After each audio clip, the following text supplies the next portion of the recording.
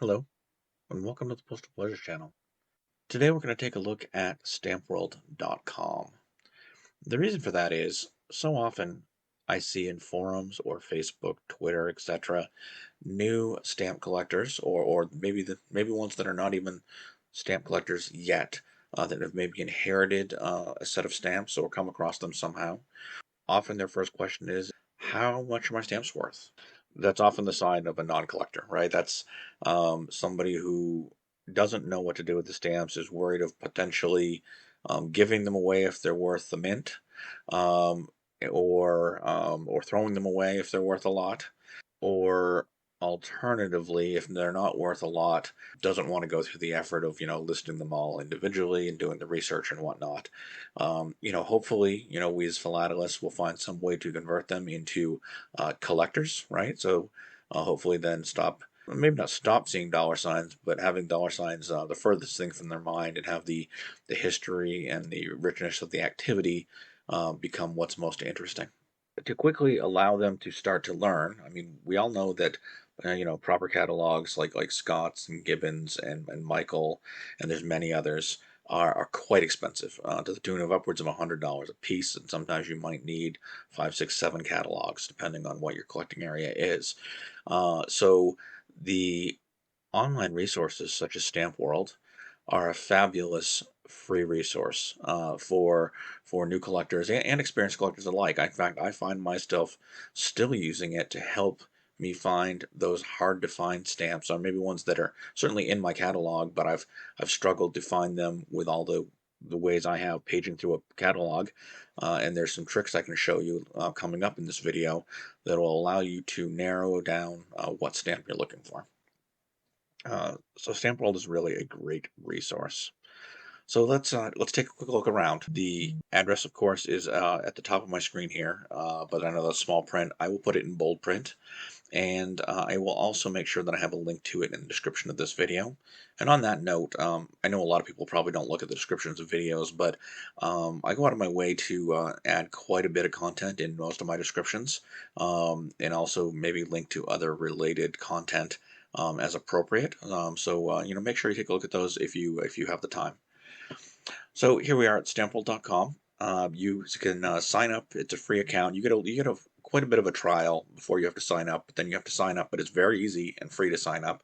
So I recommend you do it. It'll start to remember your preferences, and it won't nag you, and it actually won't stop you from continuing, which is nice. In any case, it has many things. There's buying and selling, although I've never used those features. In fact, really the only feature I've used is the catalog feature. So let's try catalog. So now we have basically grouping down by the major land masses. So Europe, North America, South America, Africa, Asia, and Oceania. That's going to be everything out in the ocean essentially. So under that we have all the different countries, and then sometimes they're going to be broken down within. So if I look at Germany, let's say, this might be one of the most complex breakouts that I've seen.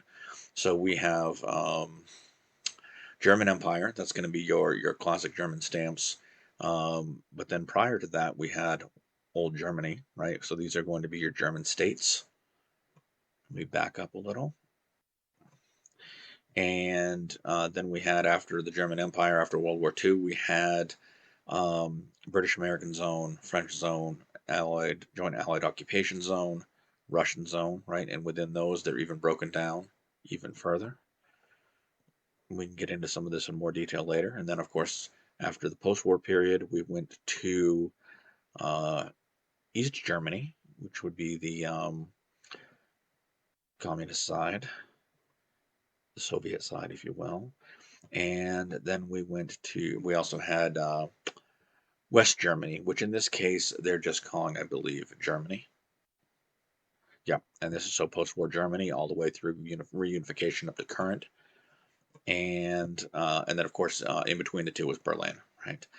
Um, but we don't need to go into that detail now. Let's back us back out here. So, coming to North America, if you like United States stamps, which so many of my viewers do, we have a nice catalog of United States. Again, it breaks down into proper United States, Canal Zone, U.S. Post China, Guam, Mariana Islands, U.S. Cuba, Hawaii, Confederate States, some city carrier stamps, and postmaster issues. I haven't been in this section very much. I will note that occasionally you'll get into something that is more provisioned but not yet completed. Let's see if city carrier stamps has stuff yet.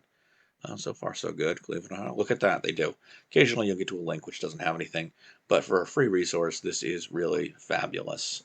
So let's get into this a little bit more. I'm going to go to Europe, and I'm going to go into Iceland. And so let's assume we have a particular stamp. We don't have a catalog, or we haven't been able to find it in our catalog. We can certainly browse this, right? So it's going to start here in uh, chronological order, right? So we have the first year here of stamps in Iceland is 1873, and we start with the first series. Let's go through and see what we're looking at here in the grid. So the first one is their catalog number. This really means nothing to anybody other than Stamp World, and if you choose to use Stamp World as your numbering system, it's just good to denote that. Here in the US, people tend to use Scott Catalog, so I number most of my stamps using the Scott Catalog number. You won't find that in Stamp World. Um, for my German stamps, I use the Michael catalog, so I use the Michael catalog numbers. Again, you won't find those in Stamp World. There's other resources out there where you can cross-reference some of these things, but I don't think you'll find the Stamp World number in those other cross-references. So it is a little bit limiting to have to use only the Stamp World catalog number, but if that's what you have, that's what you have. Good enough. This next number is type. So basically, A being the, I think, major style here, and then an A1 being a variation on that, which in this case is really different denomination, different color, potentially different perforation, whatnot. So if you wanted to see everything that looked like an A in here, you could certainly do a search for type A's. And I'll get into searching a little bit more, but essentially here's the search window over here, where you can filter by one or more of these different categories. So you have a category of stamp, year to and from and to. You have a theme, with that theme, whether it be architecture, bridges maybe, or scroll down flowers, or even specifically maybe roses. You can go by color. Now this is tricky. I'd like to see them do this differently. I would like to allow them to have maybe a major color group, maybe like 8 or 10 high level colors, and if it looks anything like red, it shows up in red. And it certainly wouldn't be exclusive of maybe having this more detailed stuff. But I mean, there's so many colors out there in philately. Which one of my blues or greens is it? Hard to tell sometimes. Currency. Uh, this seems to be a free form field. Sometimes adding currency helps your searches, sometimes it does not. And then denomination, which is really just the number value. This can get a little tricky when you're dealing with things like semi-postals that have both a regular price and a surcharge. So that might be something like this with a 25/3 as an example. But you'll get the hang of how to use this, and when it's not working, you'll also figure it out pretty quickly. So, I mean, the first thing to do as a new collector would be just browse the country you have and look around and see what there is to have. See if you find a stamp that looks like yours. Eventually, you'll learn to maybe, just by the look and feel of the stamp, guess maybe generally, what decade or decades it might be from. But let's say you had a large Iceland stamp, and I'm going to throw it up on the screen now as an example. In this case, it's a large stamp, a piece of artwork by Jan Stephenson, if I've pronounced that correctly. And it has a currency, or denomination, I should say, of 1,000. The currency is not noted here, so we're not going to worry about that. Let's see if we can find it. So scrolling through, it could take me forever to get there, but let's talk search. So let's put in our denomination, scroll down to 1,000, and this is going to show us all the stamps within all the years which have a denomination of 1,000. And it happens to be my first choice. So that's wonderful. We found it right away. But even if we had not, there's only, and I'm scrolling down to the bottom, there's only this one page of stamps that have a denomination of 1,000. So there wouldn't have been far to look if it wasn't the first choice. Now that we found it, we can learn a little bit more about it. It's 1,000 kroner. It is multicolored. We don't have a description for this one. It has a perforation of 11.5. There's no watermark. It was released in November 16th, 1978. This is painting by John Stephenson. And let's see, approximately 1 million were released, it looks like. I'm not sure what the brackets around that mean. I don't know if that means an approximation. Let's see if I click on this. Nothing happens there. Here we have prices. So this field here is in mint condition. So the double stars means mint condition. It would be, and I believe these are in US dollars here. So 472 in mint condition. In this one, it's unused condition, which means it's no longer mint. There might be a hinge remnant on it, or maybe it's missing gum. Some catalogs like to differentiate between those two conditions. In this case, we'll assume either anything other than post office fresh we would consider unused. They don't have a catalog value for that, which often means either there's not sufficient information to determine what it would be priced at, or that maybe they're related to what I'm about to say, but it's possible that maybe there's very little interest in non-post office fresh of something where post office fresh is so available. And then, of course, the used state, which some people prefer, prefer mint, is $1.18 in this case. Now, will this price differ from catalog to catalog and differ over time? Absolutely. But I like to use prices as a guideline, right? Is this an incredibly rare stamp? Well, sure, maybe it's rarer than a stamp where, 1 billion copies were made. In fact, it would be, 1,000 times rarer, but it's not a one of a kind that's going to be worth, $1 million. So what else do we have here? We can click into it while we're here. And again, some of this I think is a little bit provisioned and not complete yet, but this summarizes what we saw on the first page, gives us our theme of art paintings. Variants. I think it will probably say that there are no variants for this one normally. It seems to be just the standard stamp. It does have a buy sell button here. I'm not going to click those now because I haven't tried those myself. There are no articles yet about this stamp, but that's something I'd like to see in the future. In fact, if they opened some of this up and made it user publishable, I would say, if somebody could write and publish an article, and then of course it could be curated by their team, that would be wonderful. Plates, of course, this is a newer stamp. We're not expecting to see plate details, but something that you'd expect maybe will get done for older stamps in the future. Frames, similar story, and forgeries, similar story. So they've got a good plan ahead of them, but for now, those aren't ready. So we found this stamp pretty quickly, right? But what if you still hadn't found it? What if you got a ton of numbers back? One of the other ways you could look, and if I look back at this stamp, looking at this stamp, we also see in the fine print under the cancel at the bottom that we have a date of 1978.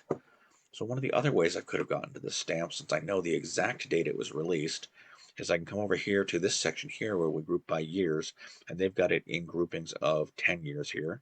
So let's hit the the triangle next to the, oh no, you don't hit the triangle, you just hit the numbers themselves, next to the 1970 to 1979, and that takes me to the beginning of that period, 1970, and also expands it to give us exact years. And now I click 1978, and it takes me to that year. So I know that within here, I should expect to find it. So let's scroll through and see what we find. So scrolling down, and look, I found it right away in 1978. No need again to go to any other pages. Now, and in fact, there was only one page for 1978. They didn't do too many stamps in that year. So fabulous, we found it in another way. Let's back on out. There we go. And the one thing I didn't discuss in the beginning, and I should have, is that, starting at the beginning, when I haven't put in a filter, I scroll down and I can see, well, there's a whole bunch more pages here. I should have pointed that out. So we can go to the next page by hitting the 2 or hitting next. We can go to the very last page to get the most current stamps by hitting last. So say if I go next, And we also have previous and next up here at the top. It's taken us to the next page, and I can continue to scroll down, and I can keep working through, scroll down, hit next, scroll down, hit next, and I certainly do that quite often as well.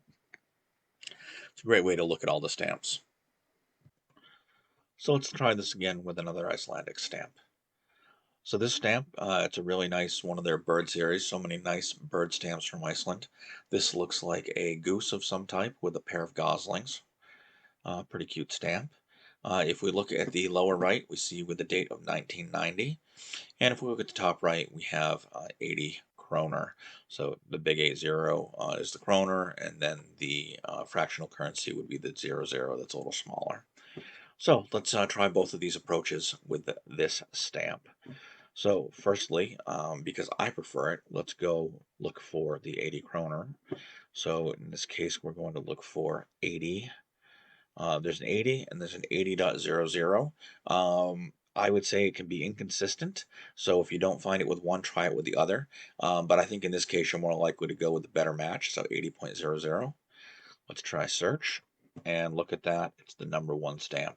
And then we have, of course, our values. So their catalog number is 716. It actually gives us the Latin name for the type of duck or goose that it is, and the mintage again in brackets 1.5 million, the mint value of $2.95, and the used value of $1.18. And I'll take this for a moment to address catalog values. Typically, stamps do not sell for their catalog values. I think typically you're going to see stamps sell for maybe 1/10 of their catalog values on average. There are certainly good reasons why they would go for much less or much more than that. The rarer the stamp is, the more likely I think it's going to go closer to its catalog value. And for those, incredibly common stamps, you might see a minimum catalog value in here of maybe 28 cents, if I remember correctly. Where in reality, they wouldn't even generally go for a penny. They'd go for under a penny, or especially in bulk. Maybe if you really needed the stamp, you'd pay a penny or two, but you'd have to really want it. So don't if you're a new collector and you see $2.95 here and you wanna sell this, you're probably not going to get $2.95. So let's see here. Let's try the other direction. So I think it was 1990. I'm going to well, I'll start right back out at the beginning. So catalog. I'm going to go to, let's see, we're in Europe. We need to go to Iceland. I'm going to choose Iceland. I say, okay, I'm going to do my search. So let's go for 1990 to 1999. And oh, it just happens to be the first stamp. Maybe not the first stamp, but the first group of stamps. I can click on it and get the details as we saw before. Very good. Okay, I'm taking us back out to the main screen.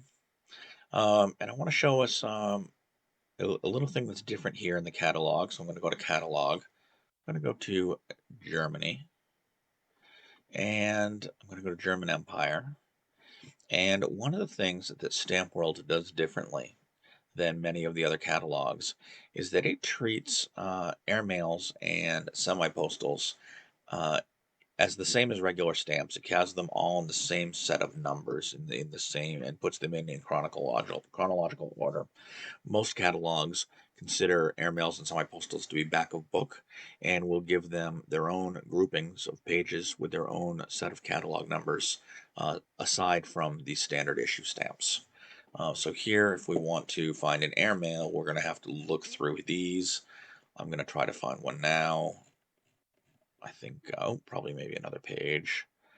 Yeah, here we go. Here's a couple airmails. So we found the airmail stamps as part of the regular ones. But if you wanted a postage due, and I don't know that postage dues exist for Germany, so maybe if you wanted to see official stamps, Germany, those would be called Dienstmark, I believe. We can then go to government service stamps. That's essentially official stamps, as opposed to postage stamps, which is where we began. In the case of German Empire here, we also have field post and newspaper postage dues. So I guess they technically did have some postage dues. But let's look at the government service stamps, and I didn't have to do any other search here. I can just hit go, or search in this case, and it's going to give me the full list of official or government service stamps. Very nice. Now I can still do additional searching within here.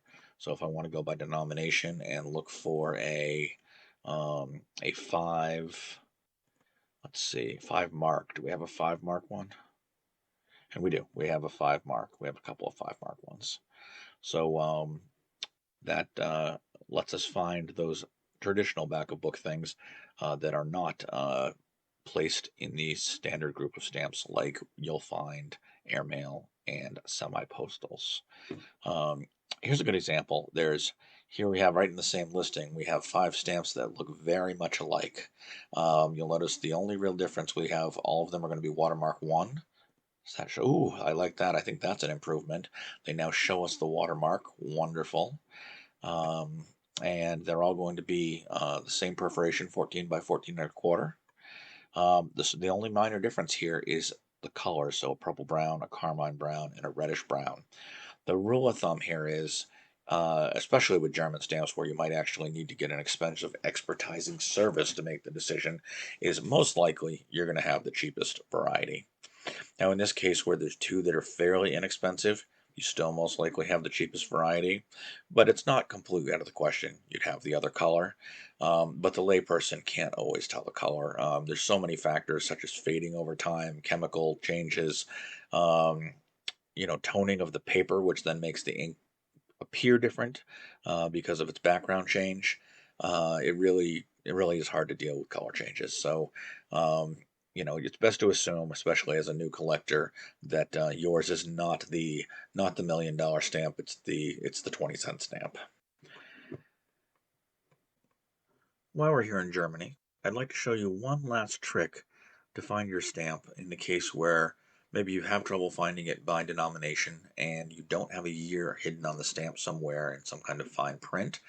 I'll start from the beginning again. So Catalogue, we're in Europe still. I'm going to go back into Germany. And in this case, I'm going to go to DDR, which is the German Democratic Republic, also known as East Germany. And in this case, I'll bring up the stamp for a second that I think would be a good example. And this is a wonderful stamp of some kind of flower. It's a 10 pfennig stamp, and we don't see a date here. So let's assume that there were so many 10 pfennig responses that you didn't have the patience to page through them all, and you wanted to try to narrow it down a little bit. So what I do in this case is we've been very lucky, and we have a pretty nice circular date stamp here for a cancel, and it's complete enough to show us the day in this case, and then certain countries will do them in different years, but in this case we have the day being 15, the month being 6, and the year being 76. And beyond that, we'd probably have the time, but that's missing because that was on the envelope and not the stamp. So we know that this stamp can't possibly be any newer than 1976. So now why don't we go to start here by going to the 70s and then go into 76, and probably I would just scroll through 76 really quickly because most people buy their stamps and use them right away. They don't always save them for years, unless they're like me, who buys a set of stamps and will use it for years and years because they don't write enough letters.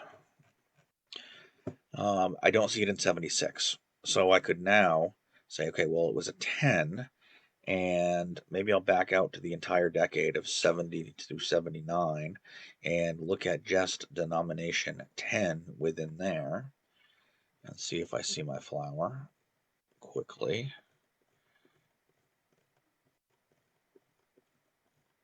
And I don't think I've seen it yet scrolling through. So I'm going to go to the next page. We're only to 72. There's a lot of 10s. So maybe what I'll do, if I don't find it on my second try here, because again, I'm getting, losing my attention span. So maybe, since we already know it's not 76, but it has to be before, I still have this filter of 10 in here. Now I'm just going to go look at 75, just the 10s from 75. No, I don't see it there. I could try, I didn't finish, but let's see. I could go to just the 10s from 76. Oh, sorry, I did 76 already, so no, some 74, I should say. And see if I see it there. I am still not seeing it. So maybe I want to try something different. And I rarely use this approach, but we know that it is flora. Let's just go with straight flora. I'm not sure whether it's going to be a flower or a tree. I suspect flower, but let's try flora. Search. So now we're looking for flora. And here it is. It just happens to be the last one. It was 76. Oh, I should have found it in the first one. Maybe there was a second page of 76 that I hadn't gone to. But yeah, so it was much easier to find. So now well, my search was from between the years 70 to 79, and I did that by clicking up here. And then I added, oh, I thought I had saved the denomination. Maybe I hadn't. The denomination, there we go, of 10, and the topic, the theme of flora. And there we are with our orchids from 76. So a little bit roundabout. Normally it's much quicker than that, I guess, because I was recording it. It had to be maybe a little more tedious than it should have been. But certainly, I mean, you could flip through your catalog until your eyes were crossed with a paper catalog and probably not find this as quickly. So again, Stamp World is a wonderful resource, and I really thank the creators for doing it and keeping it free. Hopefully this video was useful to you. If it was, please consider both hitting that like button and hitting the subscribe button if you'd like to see more in the future. I really appreciate all my followers and all of you that enjoy these videos. Thanks for collecting stamps.